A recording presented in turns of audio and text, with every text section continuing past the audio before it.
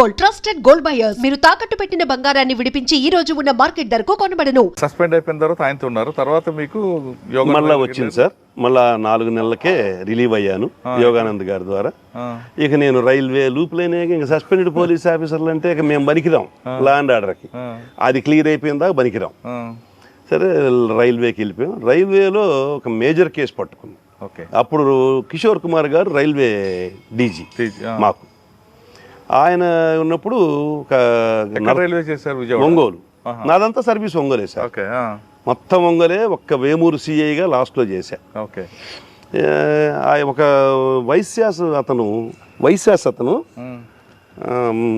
Gold వ్యాపారం చేస్తూ gold తీసుకొని వస్తూ బాపట్ల యువతల చీరాల చినగంజాం దగ్గర జస్ట్ అట్లా క్రాస్ అయ్యిద్ది ట్రైన్, ఇట్లా తిరిగిద్ది. స్లోగా ఉన్నట్టు అనిపిస్తుంది మనకు కూడా. అదే స్లోగానే ఉందని దిగటానికి ట్రై చేసి పడిపోతాడు, ఇంజురీ అవుతాడు. ఈ సూట్ కేసు అవతల పడిపోద్ది.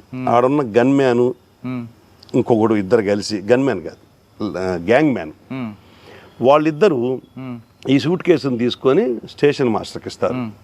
స్టేషన్ మాస్టర్ లోపల పెట్టమంటాడు. ఇతన్ని హాస్పిటల్కి చీరాలు తీసుకెళ్తారు. ఇతను చనిపోతాడు. అయ్యో. వీళ్ళు దీని గురించి చెప్పరు.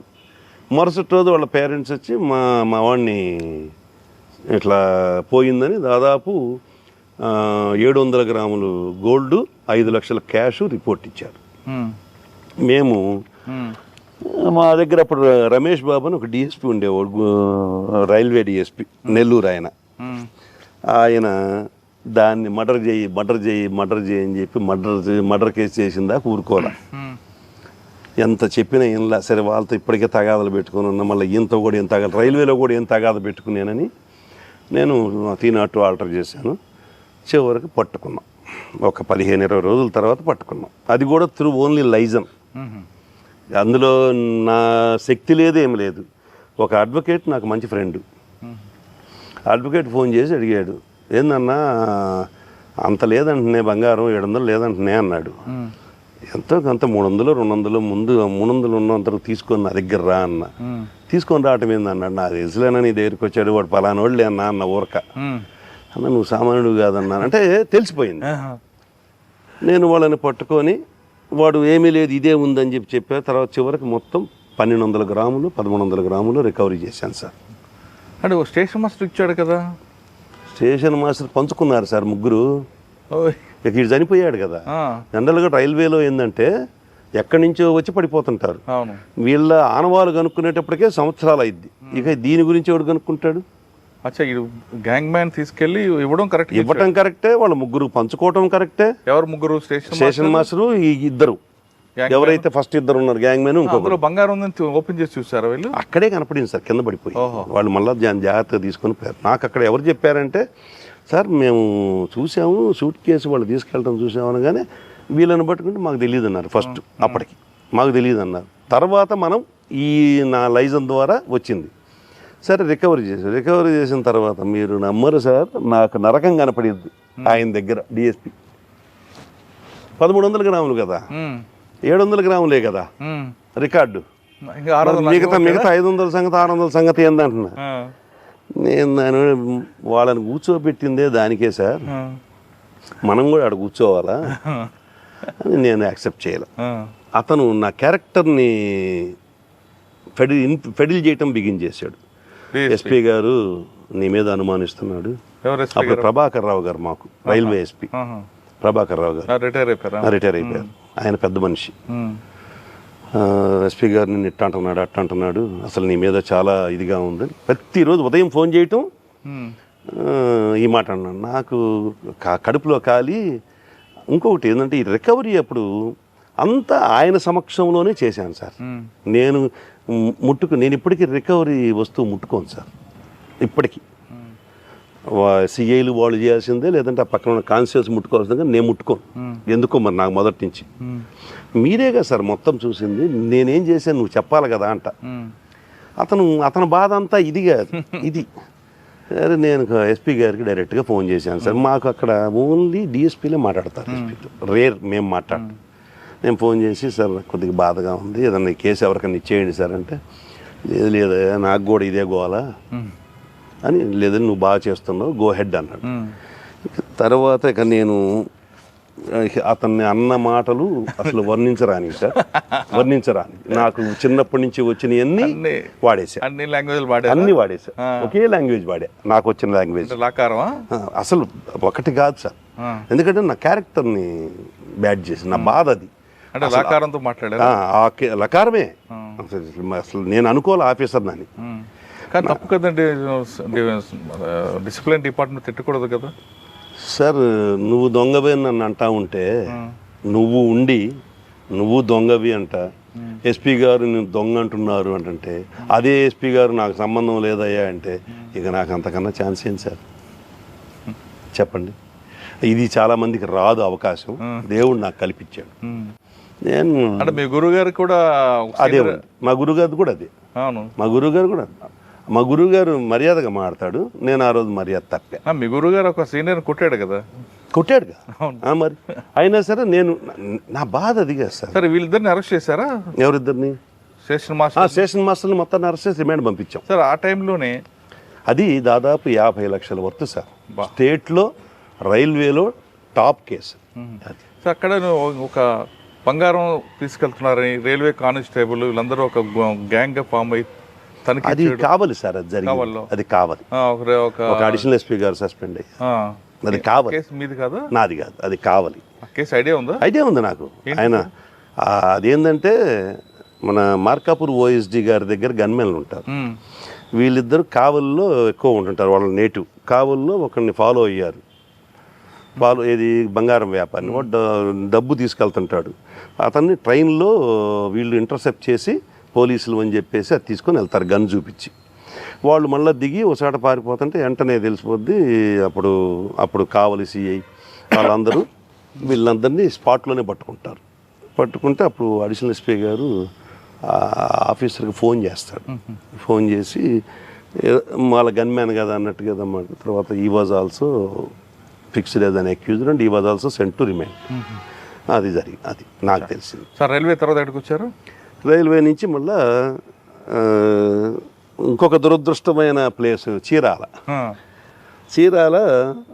ఆమంచ కృష్ణమోహన్ గారు నేను నాకు ఒక గత 8-9 ఏళ్ళుగా మేము మాట్లాడుకుంటూ ఉంటాం బాగా.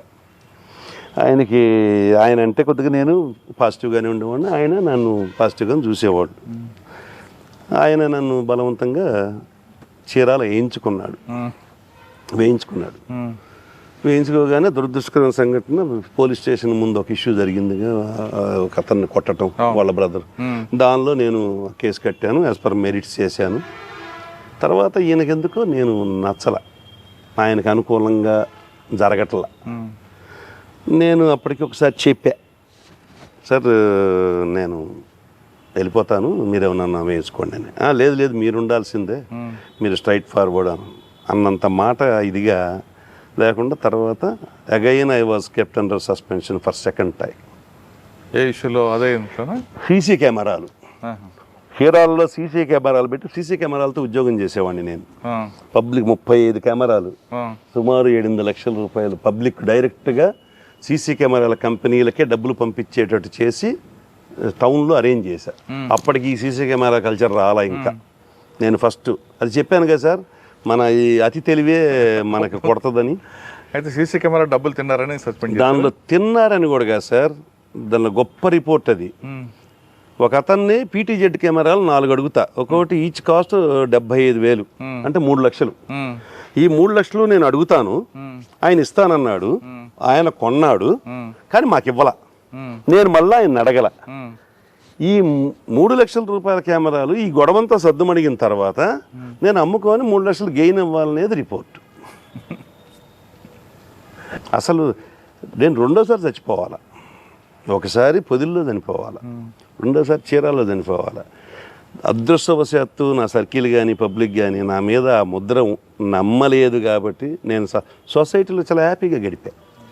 అప్పుడెవరు మీకు కాపాడారు రెండోసారి? నన్ను నేనే కాపాడుకున్నా, మా గురువు గారు కాపాడారు సెకండ్ టైం. పొద్దు గారు మేమిద్దరం ఇంకెందుకంటే నాకు ఒకసారి ఎక్స్పీరియన్స్ వచ్చేసింది కదా. రెండోసారి నేను ఇక మళ్ళీ పోయి నన్ను రిలీవ్ చేయమని అడిగేది లేదు, నాదంతా పేపరే సార్. పోవటాలు అడుక్కోవటాలు లేవు. ఎందుకంటే మీరే చేసి మిమ్మల్ని నేనేం అడుక్కునేని, మీరు చేశారు. నేను మిమ్మల్ని దగ్గరికి వచ్చి ఎన్ని అడుక్కుంటే మాత్రం ఉపయోగం ఏముంది? పై వాళ్ళేమో దొంగలాగా చూస్తారు నన్ను. సరే, రెండోసారి సస్పెండ్ అయ్యారు, మళ్ళీ ఎప్పుడు రిలీవ్ అయ్యారు? 6 నెలల తర్వాత 6 నెలల తర్వాత నన్ను రిలీవ్ చేసి మళ్ళీ విఆర్ ఒక 7-8 నెలలు ఉంటాం. తర్వాత కందుకూరు నేను ప్రిఫర్ చేశాం. ఎందుకంటే దీనిలో ఉండి మళ్ళీ మెయిన్ లేనికి రాకపోతే సొసైటీ మర్చిపోద్ది సార్, మమ్మల్ని ఖచ్చితంగా మర్చిపోద్ది. సరే అప్పుడేదో కందుకూరు ఎమ్మెల్యే గారు నన్ను ప్రిఫర్ చేశారు. ఆయన ఏదో అడిగారు. నేను వెళ్తే గోపాలరావు గారు రిటైర్ అయి ఉన్నారు, పెద్ద మనిషి, పెద్ద ఆయన. తెలుసు. ఇప్పటికే 2 ఏదో పనులు చేసావు, 3వ ఏదో పని చేయడానికి నిన్ను పంపాలా అన్నారు. తప్పు కదా సార్ అంటే,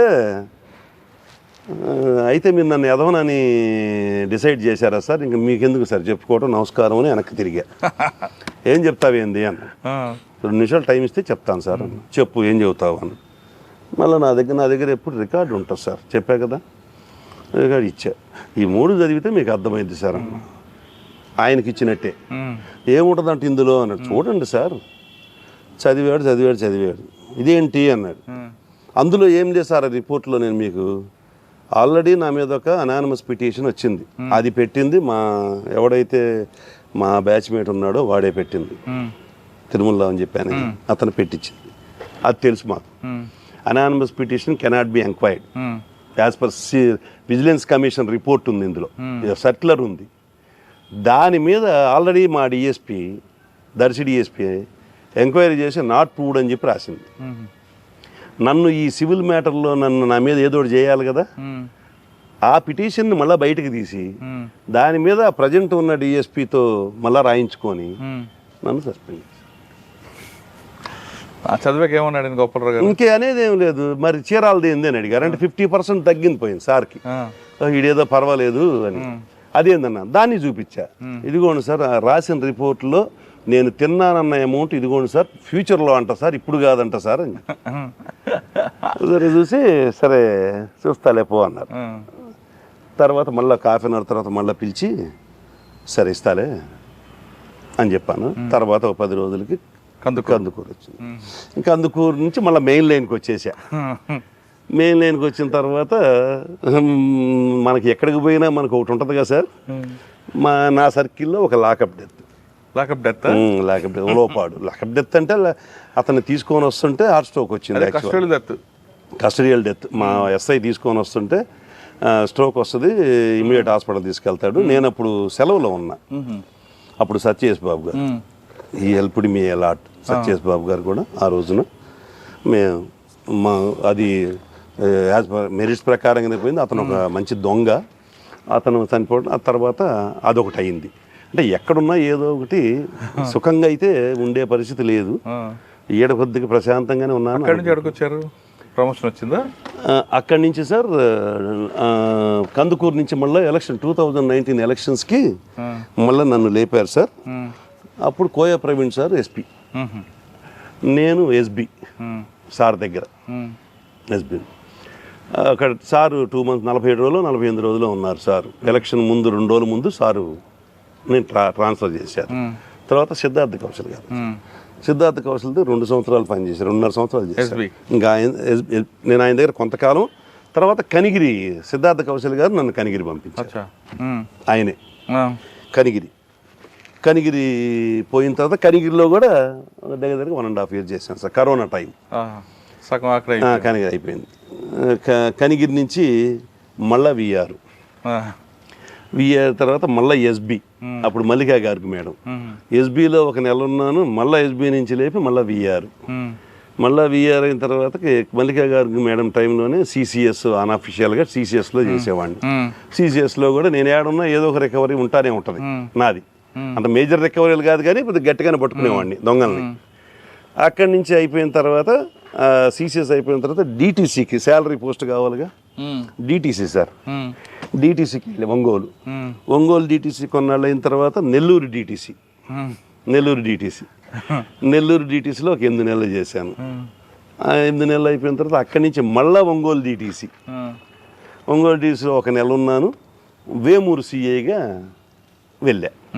వేమూరు సిఐ, గుంటూరు జిల్లా, అప్పుడు బాపట్ల జిల్లా కింద. అప్పుడు ఒకుల్ జిందాల్ ఎస్పీ గారు, ఆయన ఈజ్ ఎ నైస్ మ్యాన్.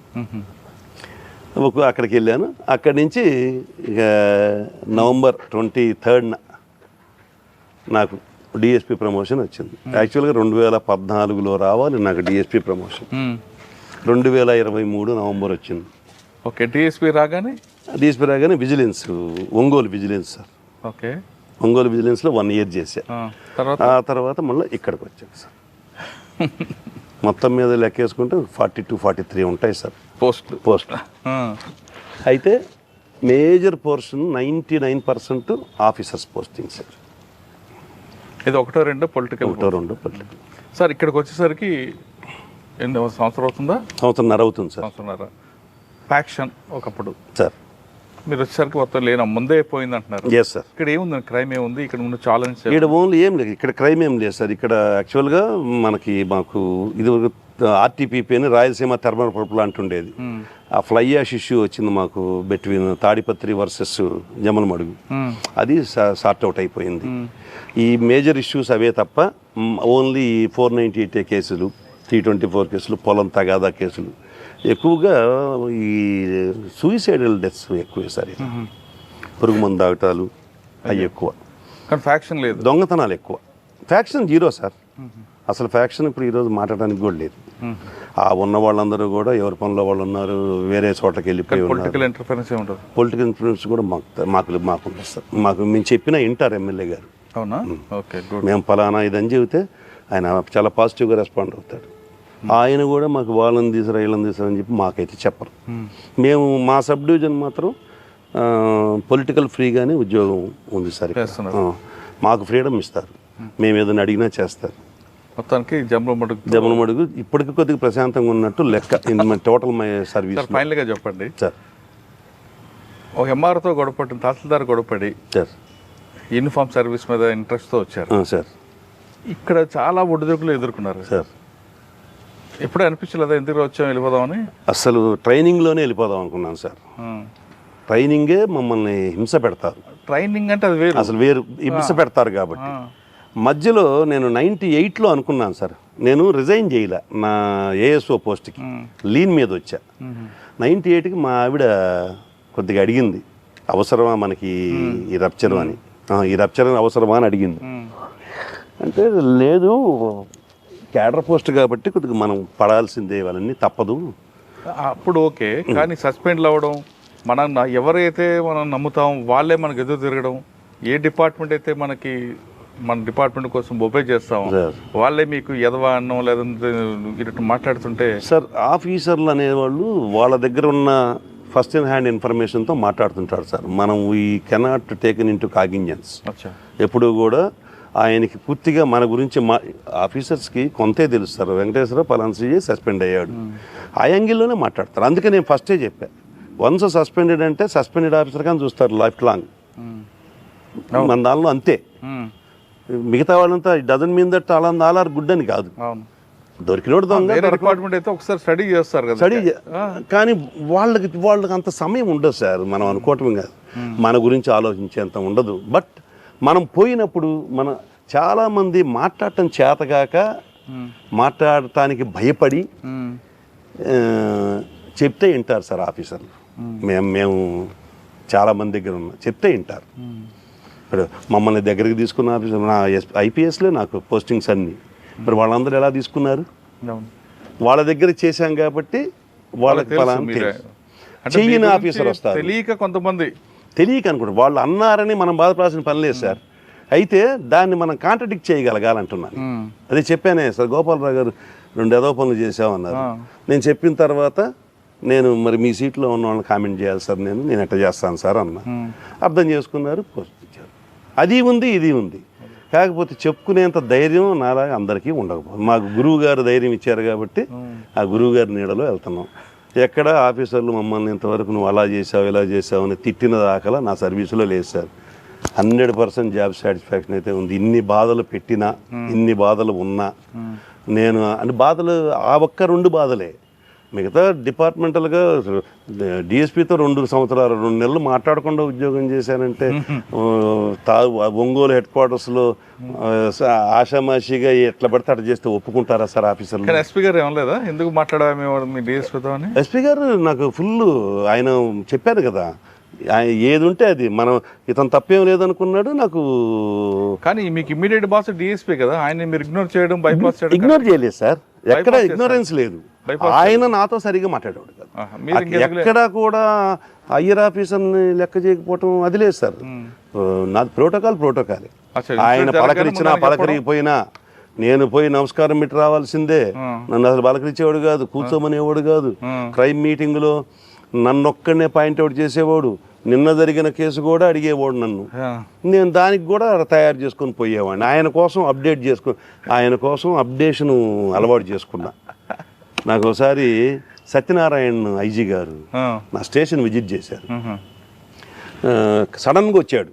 నేను ఆ రోజు ఉదయం గుంటూరు ఐజీ చేశారు సత్యనారాయణ ఆయన వచ్చి చూసి నా డైరీ తీశాడు. డైరీ అప్పటికి 10 గంటల వరకు, ఉదయం 10 గంటల వరకు రాసి ఉంది. చూశాడు, సంతకం పెట్టాడు, పోయాడు. ఇంకొక పోలీస్ స్టేషన్లో, ఐ డోంట్ నేమ్ ఇట్, ఇంకో పోలీస్ స్టేషన్కి వెళ్ళాడు. 15 రోజులు డైరీ రాయలా. క్రైమ్ మీటింగ్ పెట్టాడు మాకు. అందరిని పిలిచి నీ క్రైమ్ ఎంత అని అడిగాడు నన్ను. ఇయర్లీ 500-600 ఉంటుంది సార్ అన్న. అతను లేపి నీ క్రైమ్ ఎంత అన్నాడు. What great thing you are doing. 600 crime ఉన్న అతను డైరీ అప్డేట్గా రాశాడు, నువ్వేమో 15 రోజులు డైరీ లేదు. అతనికి రీజన్స్ ఉన్నాయి. అంటే చెప్తున్నా, రికార్డ్ అప్డేషన్ అనేది చాలా బాగుండేది. మనీష్ కుమార్ సిన్హా ఏఎస్పీగా చేసేటప్పుడు ఫస్ట్ ఆయనకి నాకు టర్మ్స్ లేవు. సారు మిస్రిప్రజెంట్ చేసుకున్నారు. అందరు ఆఫీసర్లు సార్ ఆ టెంపరీగా కాసేపు ఉన్న తర్వాత ఆఫీసర్లు మంచోళ్ళు సార్. అంటే మీ గురించి పూర్తి తెలుసున్నాక రియలైజ్ అవుతారు మాకు జరిగింది అది. అలా జరిగింది అన్నమాట. సరే, ఇప్పుడు ఈ డిపార్ట్మెంట్ గురించి మీరు పూర్తి స్టడీ చేస్తారు. ఈ డిపార్ట్మెంట్లో రావాలనుకున్న వారికి మీరు ఇచ్చే మెసేజ్ ఏంటి సార్? ఇప్పుడున్న పరిస్థితుల్లో ఎట్టి పరిస్థితుల్లో ఈ job is a very good job sir. 10 మందికి సాయం చేయగలిగే జాబ్, మనము సెల్ఫ్ సాటిస్ఫాక్షన్ ఇచ్చే జాబ్ సార్ ఇది. అయితే ఇప్పుడున్న పరిస్థితుల్లో ఎంతవరకు వాళ్ళు చేయగలరు ఏందనేది అది మీ నిర్ణయానికే వదిలేస్తున్నాను.